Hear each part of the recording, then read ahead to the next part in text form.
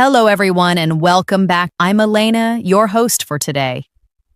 If you're new here, I want to let you know that we upload a new English learning video every day to help you become more fluent and confident in English. In today's lesson, we're diving into a topic that will truly elevate the way you speak English in your daily life. We're going to explore advanced daily life English phrases that native speakers use naturally in conversations. These aren't just typical textbook phrases. They're authentic, everyday expressions that will help you sound fluent, confident, and genuinely natural.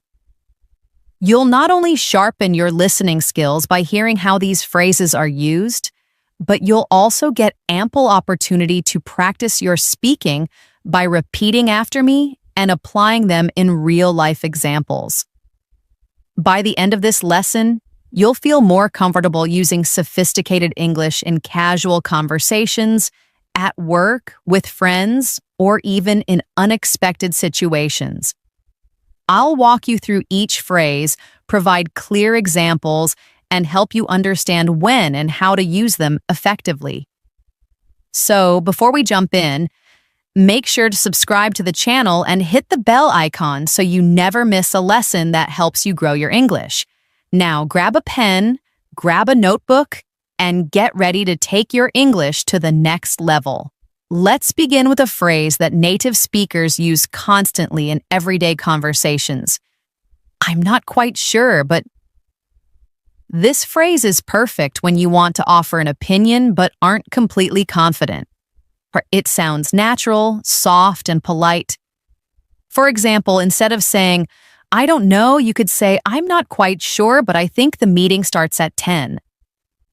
This small change makes you sound more fluent and more in control of the conversation. Here's how you can practice. Imagine a friend asks you for directions to a new coffee shop. You're unsure, but you want to be helpful. You say, I'm not quite sure, but I think it's near the train station right across from the bookstore. Now try repeating that slowly with me. I'm not quite sure, but I think it's near the train station. These kinds of phrases help your speaking feel smoother and more connected. Another commonly used phrase that makes your English sound advanced is, it slipped my mind. This is a very natural way of saying that you forgot something. For example, if you forgot to return a friend's call, you can say, I'm so sorry, it totally slipped my mind. It sounds a lot better than just saying, I forgot. It adds personality and shows fluency. Try using this phrase in your own daily conversation. Think about a time when you forgot to do something small, like bringing a book or sending a message. Practice saying, I was going to do it yesterday, but it completely slipped my mind. These expressions help make your speech feel more alive and natural. Let's now talk about a useful phrase that you can use when you want to agree with someone, but also show that you have something to add. That's true, but it's a soft and respectful way to introduce a slightly different opinion. For example, your colleague says, working from home is more comfortable. You can reply, that's true, but sometimes I miss talking to people face to face. This keeps the conversation smooth and makes you sound thoughtful. Try saying that with me. That's true, but sometimes I miss talking to people face to face. Practicing this phrase helps you get comfortable in everyday discussions without sounding rude or too direct. Now, here's a phrase that is very common in workplace or polite situations. Would you mind if It's a polite way to ask for permission. Instead of saying, can I open the window? You could say, would you mind if I open the window? Well, it's more respectful and shows good manners. Practice it with me. Imagine you are in a meeting room and it feels a bit warm. You look at your colleague and say, would you mind if I open the window? Or if you're talking to your friend at home, you can say, would you mind if I used your phone charger for a minute? These kinds of phrases show that you are not only fluent, but also socially aware and polite. Another phrase that can help you sound more fluent is, let's play it by ear. This is used when you're not sure about your plans and want to decide later. For example, if a friend asks what time you're going to the park and you're not sure yet, you can say, let's play it by ear. It means you'll decide later depending on the situation. Let's practice this in a sentence. Imagine you're making plans for the weekend. Your friend says, shall we go out at 5 or 6? You say, let's play it by ear. I might be a bit tired after work. That's a phrase that sounds truly native and relaxed. Now let's use these phrases together in a short practice paragraph. Listen closely and try to repeat it afterward. Yesterday I was supposed to meet my friend for lunch, but it totally slipped my mind. I felt so bad. I called her and said, I'm not quite sure how I forgot, it just slipped my mind. She was understanding and said, no worries, these things happen. Then I said, would you mind if we meet tomorrow instead? She agreed and said, sure, let's play it by ear depending on the weather. That short story includes 4 of the phrases we just learned, all used in a natural, fluent way. Try to repeat the story in your own words to practice your speaking skills. Let's move on to another phrase that's really useful when you want to give advice in a casual way. If I were you, I'd. This is a polite and gentle way to offer a suggestion. Instead of saying, you should, which might sound a bit strong, you say, if I were you, I'd take a break. It sounds softer and shows empathy. Let's practice together. Imagine your friend is stressed about work. You say, if I were you, I'd take a day off to relax. It's a great way to show care while still giving advice.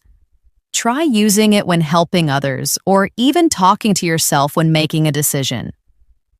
Another advanced phrase that you hear often in real life is, to be honest. This phrase helps you express your real opinion without sounding rude. For example, if someone asks you about a movie and you didn't really enjoy it, you can say, to be honest, I found it a bit slow.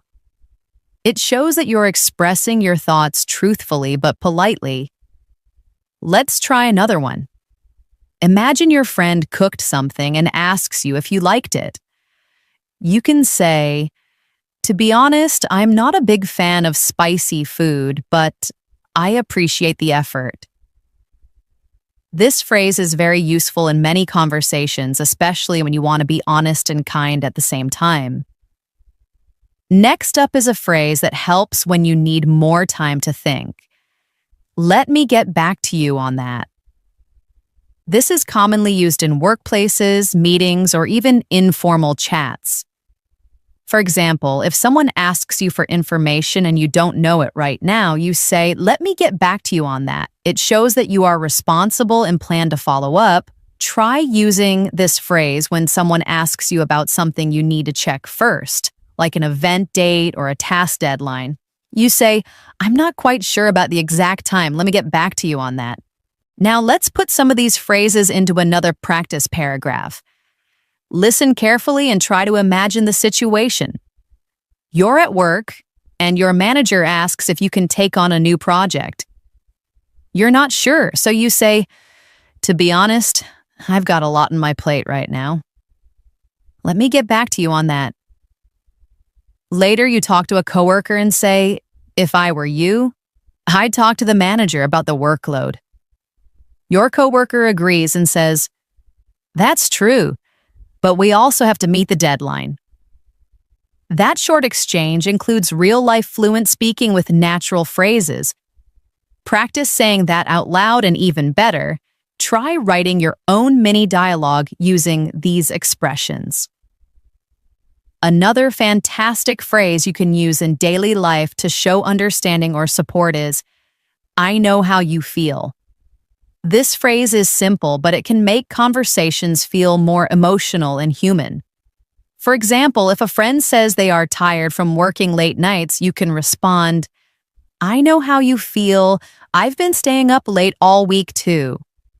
It shows connection and sympathy. Try practicing with me.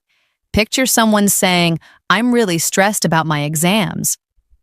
You say, "I know how you feel. I used to get super anxious before my test too." These short responses help build connection and comfort in everyday conversation. Let's now learn a helpful phrase for when you need someone to wait. Bear with me for a moment. This sounds polite, calm, and professional. It's better than just saying, "Wait a second," which can sometimes sound too direct. Imagine you're on a phone call and you need to find a file. You can say, "Could you bear with me for a moment while I check my notes?" It's perfect for both formal and informal settings. Try it in another example. Imagine you're cooking and your friend asks you a question. You say, "Bear with me for a moment. I just need to finish chopping these vegetables." With repetition, phrases like this become natural in your daily vocabulary.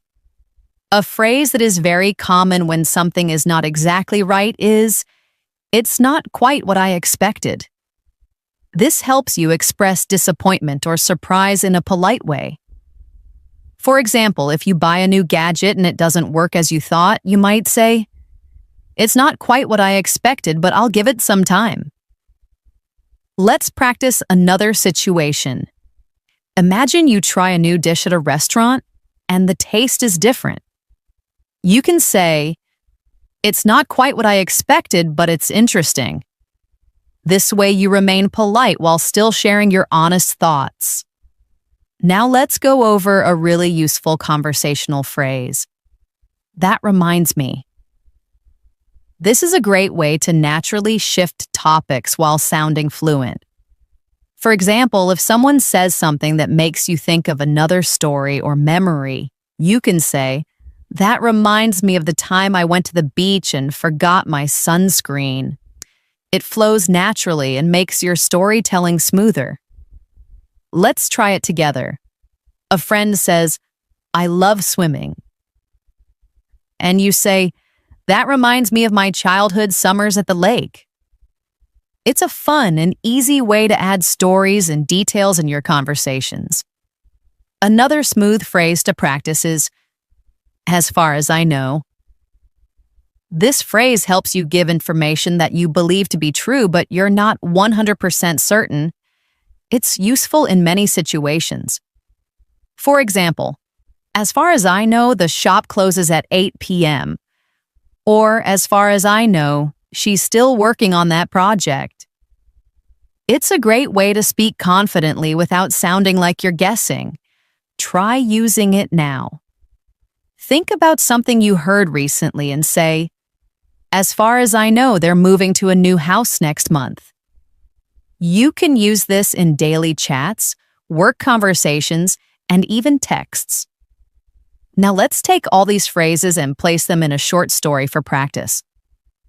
Listen to this carefully. Your friend says, "I'm so nervous about my job interview tomorrow."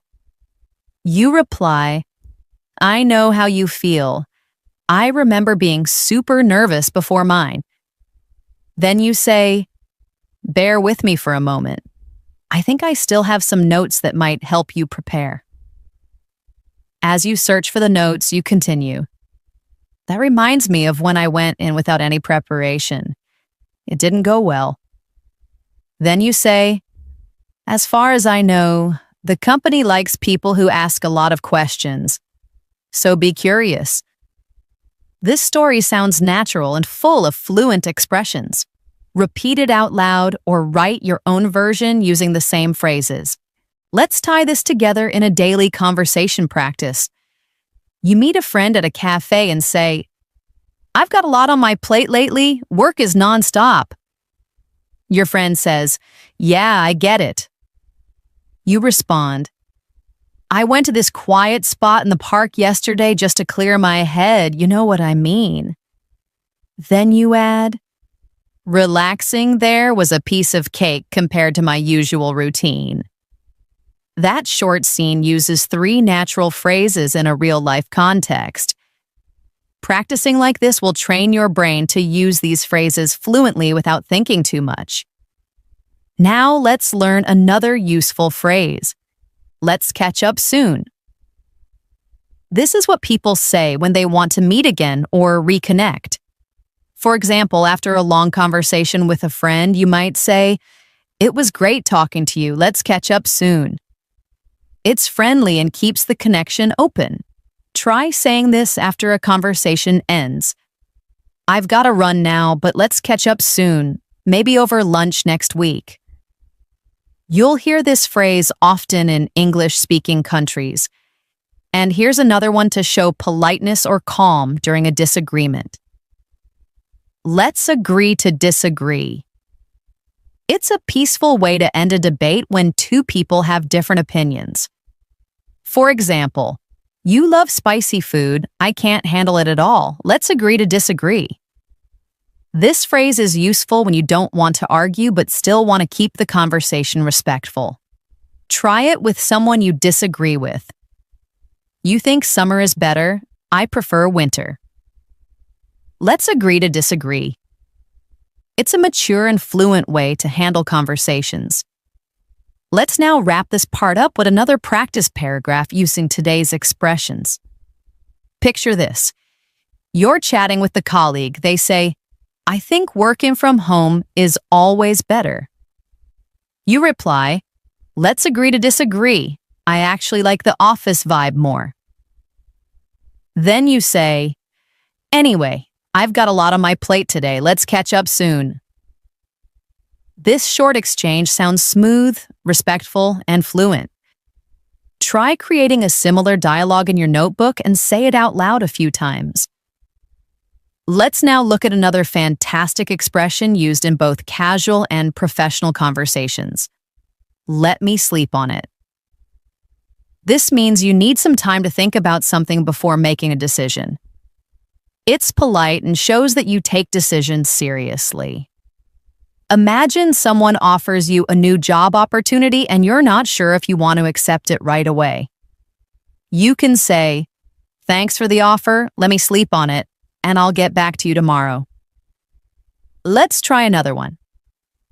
Your friend asks if you want to go on a weekend trip.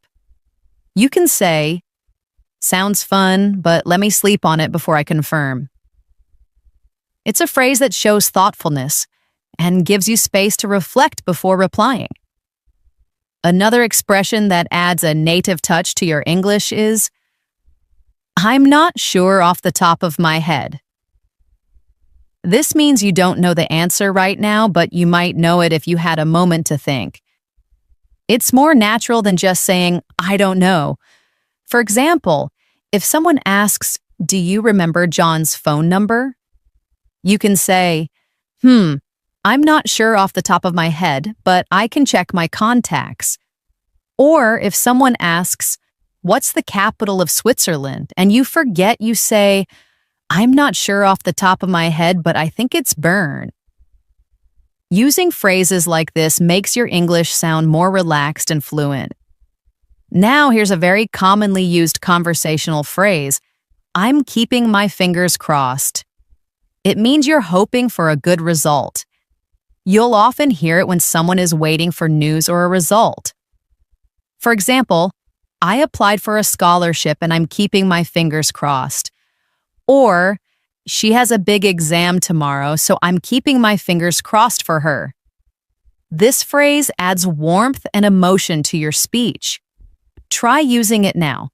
Think about something you're waiting for and say, "I'm keeping my fingers crossed that everything goes well."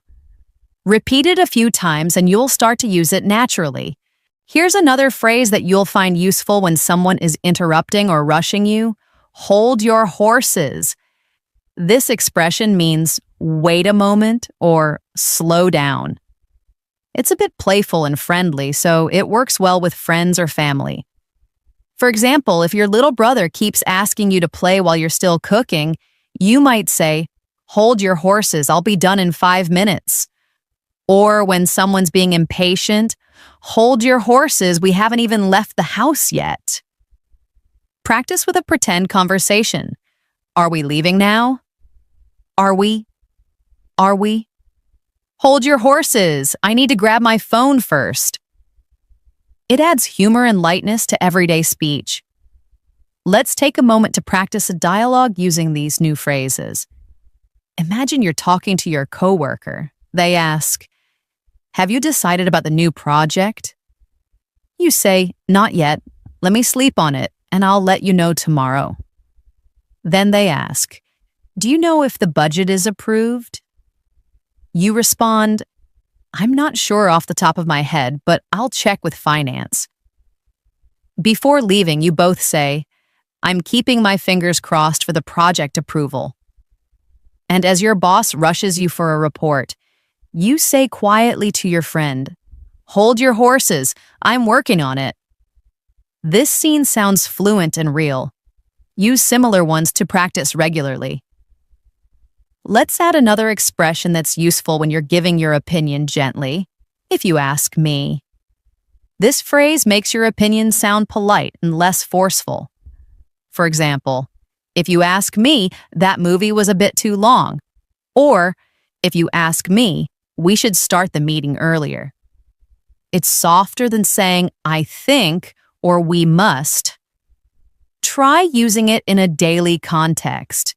You're talking about food delivery and you say, "If you ask me, the new place has better service." Use this phrase when giving suggestions or feedback to keep your tone respectful. Another good phrase for sharing your thoughts is, "To be honest." This makes your speech sound sincere. It's helpful when you want to say something important or different from what others might expect. For example, "To be honest, I didn't enjoy the concert as much as I thought I would." Or, "To be honest, I'd rather stay home than go out tonight."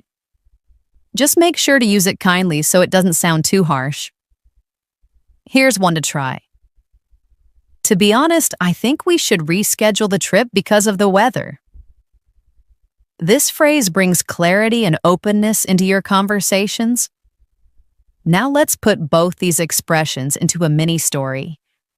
You're chatting with a friend about a recent movie. You say, "If you ask me, the acting was great, but the plot was weak."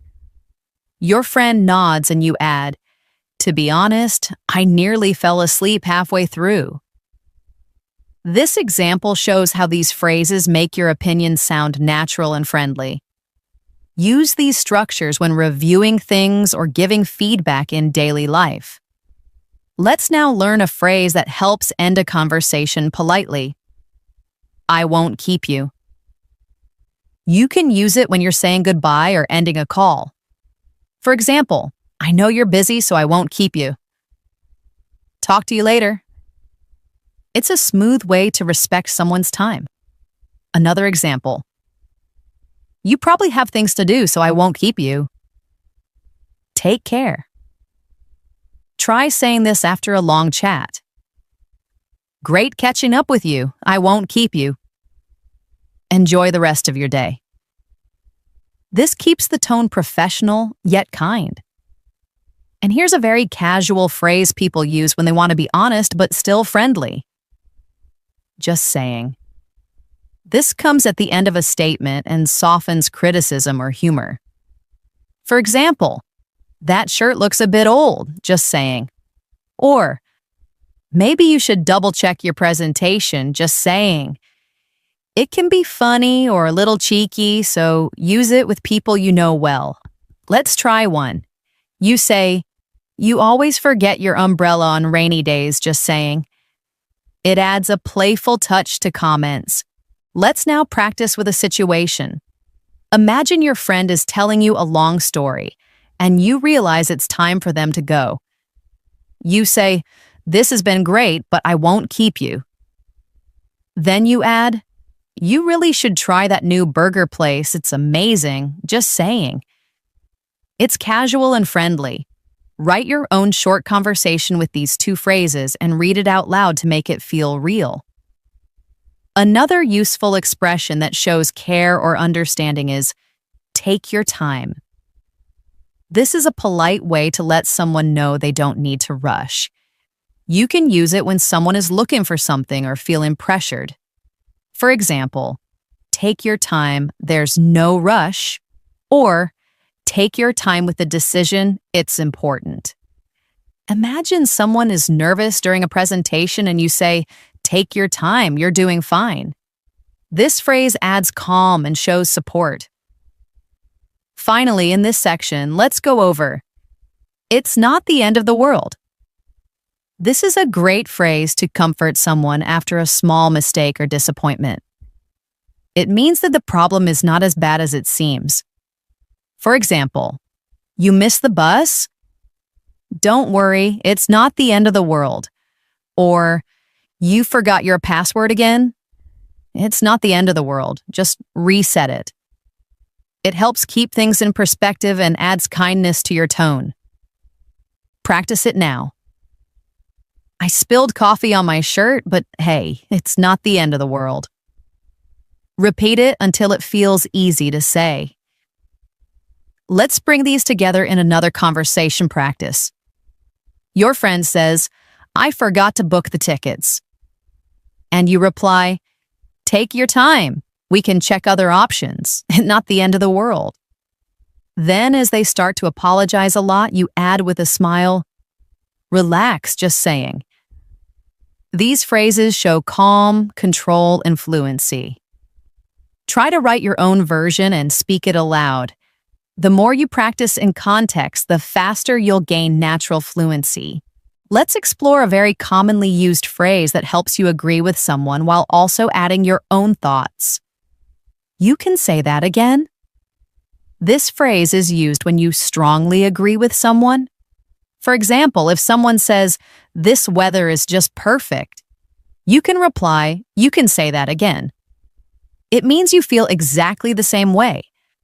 Another example could be, she's such a talented singer. You respond with, you can say that again. It adds emphasis to your agreement and keeps the conversation lively. Try to think of a few sentences you strongly agree with and respond by saying, you can say that again. Now let's learn a useful phrase for giving updates or talking about progress. So far, so good. You use this when things are going well up to the present moment. For example, if someone asks you, how's the new job? And things are fine, you can say, so far, so good. Or when someone asks, how's your project going? You reply, so far, so good. I finished most of the work. It's a short, simple way to show that everything is going well. Practice using it in different contexts. How's your weekend? So far, so good. How's your recovery from the flu? So far, so good. The phrase is practical and positive. Now let's learn a smart way to say that something is very easy. It's a piece of cake. This idiom is often used to describe tasks that are simple or effortless. For example, if someone asks, was the test hard? You can say, no, it was a piece of cake. Or how was your driving test? It was a piece of cake. Use it when you want to show confidence or encourage someone. You can say, don't worry about the interview, it'll be a piece of cake. Try it yourself now. Think of something you're good at and say, for me, it's a piece of cake. Let's practice a short dialogue with all these phrases. Imagine a conversation between two friends. One says, this weather is so nice today. The other replies, you can say that again. Then the first one asks, how's your new gym routine going? So far, so good. It's actually a piece of cake compared to what I expected. These kinds of conversations will help you use phrases in real life. Make up your own example and try speaking it out loud to build your fluency. Here's another useful expression for polite disagreement or pointing out a mistake without sounding rude. I see your point, but this phrase helps you disagree in a respectful way. For example, I see your point, but I think we should wait before making a decision. Or, I see your point, but there's another side to consider. It allows you to show understanding while expressing your own opinion. Practice it now. Think of a topic and create two opposing views. Respond with, I see your point, but, and finish your sentence. Next, we'll look at a fun and expressive way to say something surprised or unexpected happened, out of the blue. This means something happened suddenly or without warning. For example, he called me out of the blue after 3 years. Or, she showed up out of the blue and surprised everyone. It adds excitement and color to your storytelling. Try to remember a moment that happened unexpectedly in your life. Now describe it using out of the blue. For example, I got a job offer out of the blue. This helps make your stories more engaging. Let's put these two phrases together in a conversation. Imagine two coworkers talking. One says, the client changed their mind out of the blue. The other replies, I see your point, but maybe it's for the better. This kind of interaction sounds fluent and polished. Use this structure to build confidence in your conversations. Practice short back and forths using these phrases with a friend or by recording yourself. Let's go over another important expression. It's not my cup of tea. This phrase means something is not to your taste or not something you enjoy. For example, I know horror movies are popular, but they're not my cup of tea. Or, dancing in clubs is not my cup of tea. I prefer quiet cafes. It's a polite way to say you don't like something without sounding too negative. Try using it now. Think about an activity or food you don't like. Say, it's not my cup of tea. It sounds much more natural than saying, I don't like it. Another great expression for showing something is very important or central to you is, it means the world to me. You use this when something or someone is extremely valuable to you. For example, your support means the world to me, or spending time with my family means the world to me. It adds emotion and depth to your words. Think of something that matters deeply to you now. Express it using this phrase. Helping others learn English means the world to me. Say it a few times to feel its emotional impact. Let's now put both of these phrases in one scenario. Imagine you're speaking with a friend who suggests going to a loud concert and you say, honestly, loud concerts are not my cup of tea. Then your friend says, okay, no problem, let's do something else. You smile and reply, thanks for understanding, it means the world to me. This type of gentle conversation builds trust and fluency. Practice similar exchanges to get better at soft disagreement and emotional expression.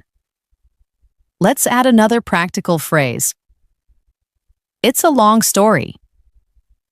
This is useful when you don't want to explain something in detail or when something complicated happened. For example, if someone asks, why did you quit your job? And you're not ready to share, you can say, it's a long story. Or if someone asks, why aren't you speaking to Alex anymore? You say, it's a long story. It saves you from having to go into details. Use this phrase when the situation is complicated or private. It helps manage the flow of conversation. Let's also explore a positive phrase. Better late than never. This is a way to say it's good to do something even if it's delayed. For example, he finally apologized, better late than never. Or, I started exercising at 40, better late than never. It's encouraging and supportive, especially for people starting new habits or making improvements.